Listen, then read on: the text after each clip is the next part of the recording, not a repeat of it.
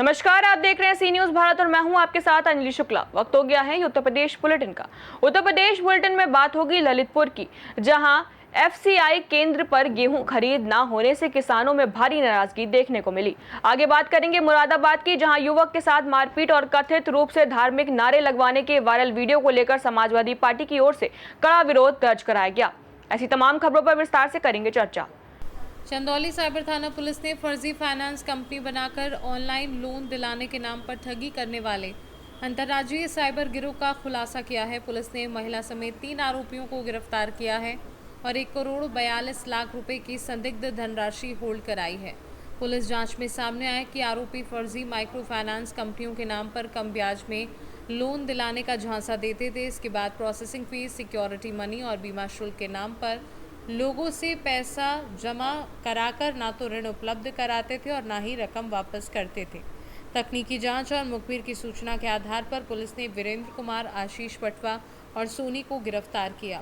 छापेमारी के दौरान 350 पासबुक, 3 फर्जी Aadhaar card, 3 CPU, 3 monitor, 2 printer, 3 mobile phone, 11 मोहरे, 21 रजिस्टर, 6 ब्लैंक चेक और बैंकिंग से जुड़े कई दस्तावेज बरामद किए गए। पुलिस मामले की आगे की जांच कर रही है और गिरोह से जुड़े अन्य लोगों की तलाश जारी है। जनपद चंदौली पुलिस द्वारा एक और सराहनीय कार्य किए हैं, जिसमें से साइबर अपराधियों एवं साइबर इकोसिस्टम के विरुद्ध सख्त कार्रवाई किए गए हैं। इसमें से कंप्लेंट समन्वय पोर्टल MHA के जो समन्वय पोर्टल है उसी से आया था, जिसमें से ये पाया गया था कि चंदौली में स्थित एक म्यूल अकाउंट है जिसमें से करोड़ों रुपए का ट्रांजैक्शंस हो रहा था। और ये इससे संबंधित जब जांच की गई थी, ये पता चला कि 16 से 17 NCRP कंप्लेंट्स इसमें जुड़े थे, जो विभिन्न राज्य एवं विभिन्न सिटीज़ से कंप्लेंट था।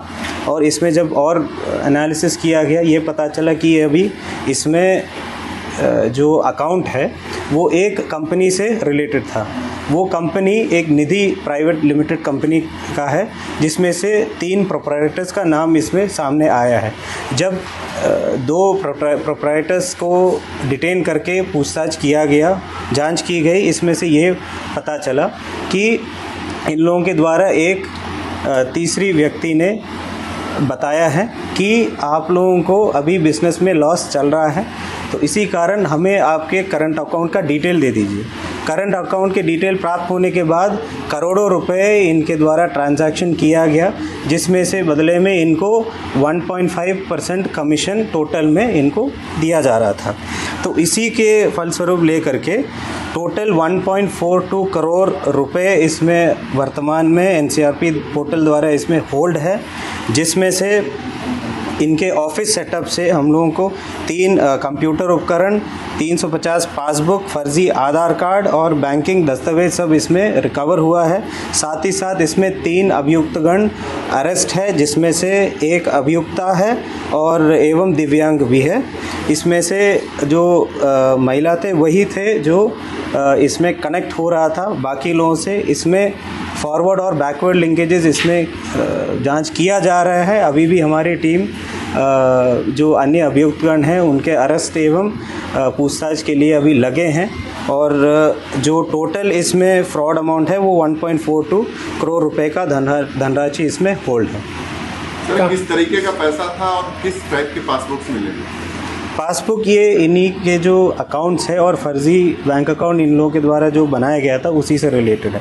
जो साइबर अपराध है, बेसिकली इनका ये मोटो था कि कई साइबर मामले इसमें जुड़े हैं। किसी के साथ IPL या सट्टाबाजी से रिलेटेड, गैम्बलिंग से रिलेटेड पैसा इसमें आया है।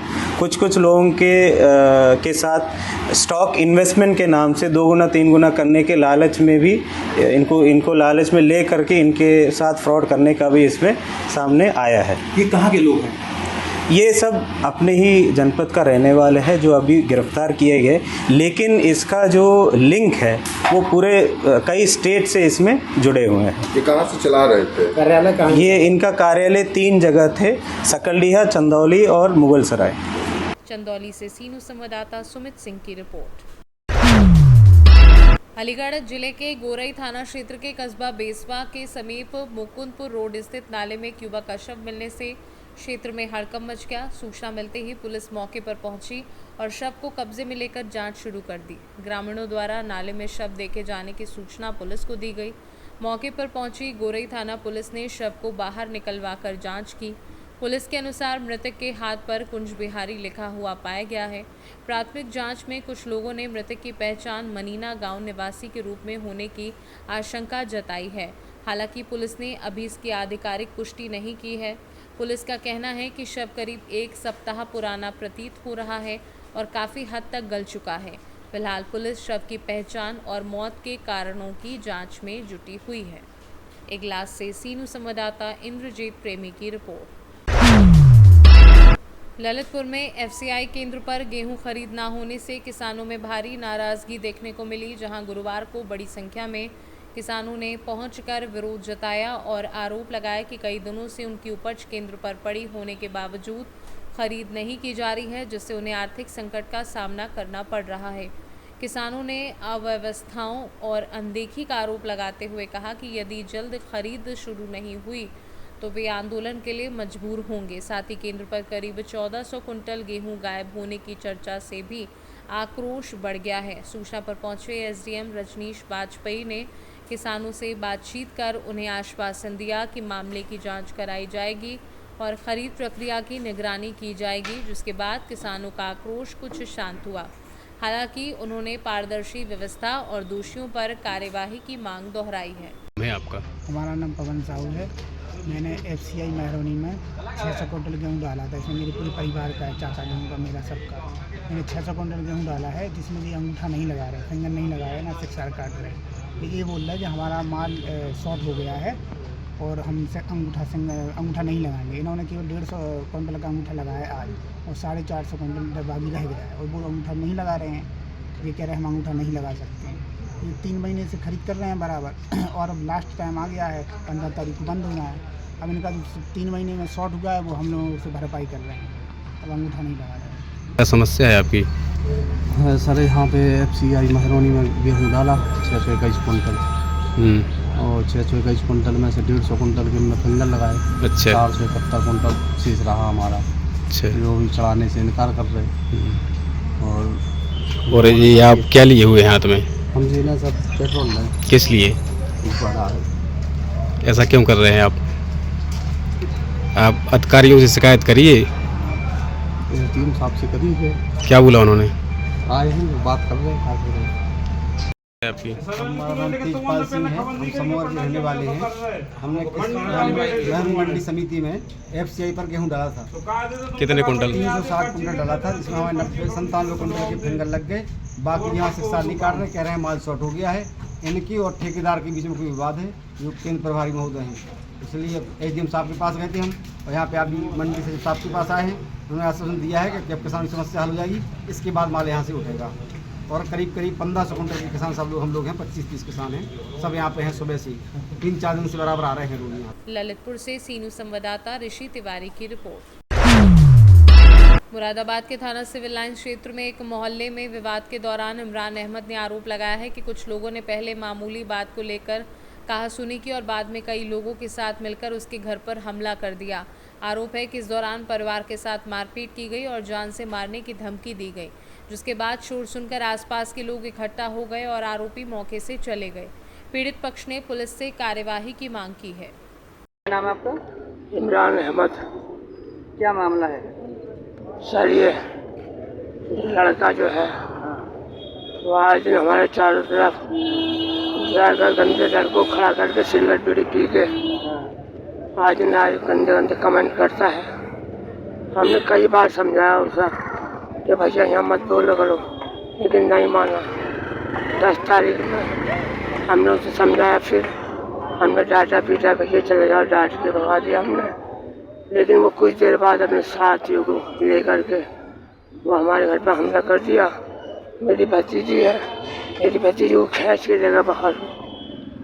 मैंने बचा, मैं पहुंचा, मुझे बहुत मारा। मेरी बीवी गई, मुझसे वीडियो भी है। एक सब बच्चे नन्हे को मारा उन्होंने। मैं उससे बोला नहीं जा रही, मैं कैंसर का पेशेंट हूँ, 6 साल हो गए मुझे। मेरे पास सारी रिपोर्टें हैं, मुझे सारी वीडियो है।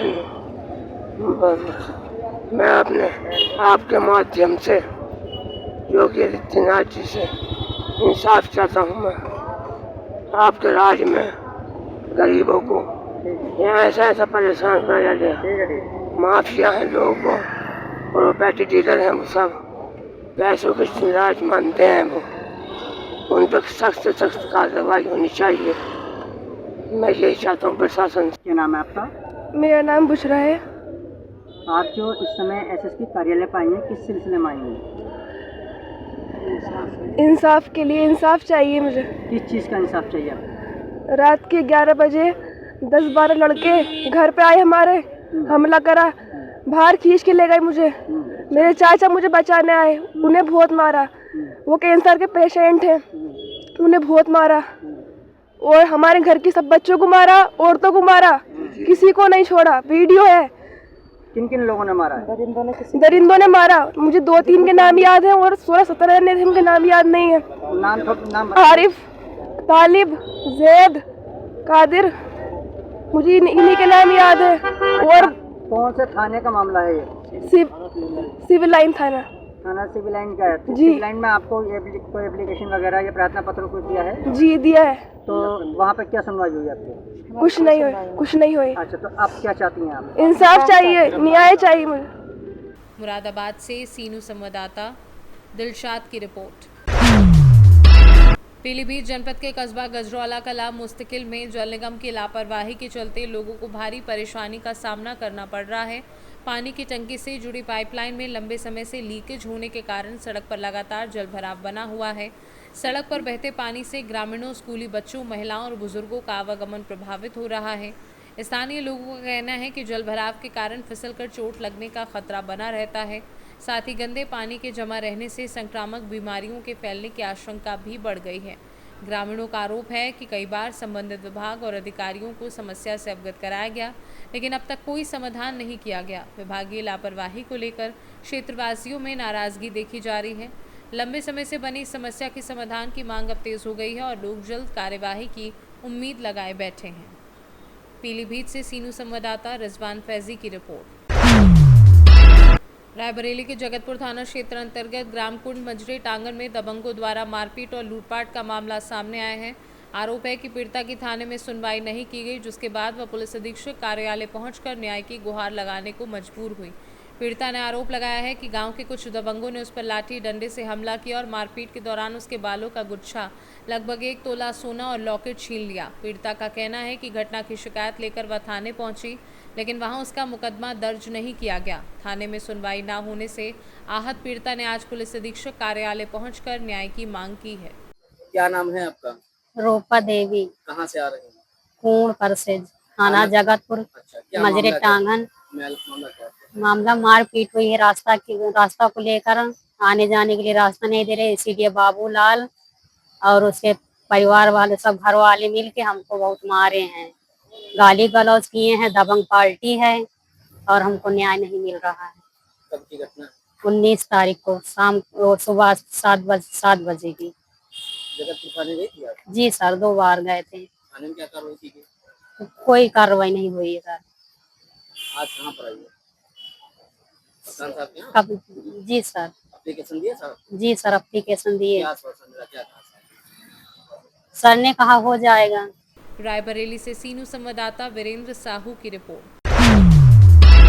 सुल्तानपुर के चांदा थाना क्षेत्र में युवक के साथ मारपीट और कथित रूप से धार्मिक नारे लगवाने के वायरल वीडियो मामले को लेकर पहले समाजवादी पार्टी ने कड़ा विरोध जताते हुए पुलिस अधीक्षक को ज्ञापन सौंपकर आरोपियों की गिरफ्तारी और सख्त कार्यवाही की मांग की थी, लेकिन पुलिस द्वारा त्वरित कार्यवाही करते हुए मुकदमा दर्ज कर गिरफ्तारी किए जाने के बाद पार्टी नेताओं ने संतोष व्यक्त किया है। सपा जिलाध्यक्ष रघुवीर यादव और जिला महासचिव सलाउद्दीन अहमद ने एसपी चारू निगम के नेतृत्व में पुलिस की कार्यवाही की सराहना करते हुए कहा कि इससे जनता का कानून व्यवस्था पर भरोसा मजबूत हुआ है। पार्टी नेताओं ने ये भी कहा कि सुल्तानपुर की गंगा जमुनी तहजीब और सामाजिक सौहार्द को बनाए रखना जरूरी है और माहौल बिगाड़ने वालों पर सख्त कार्यवाही होनी चाहिए।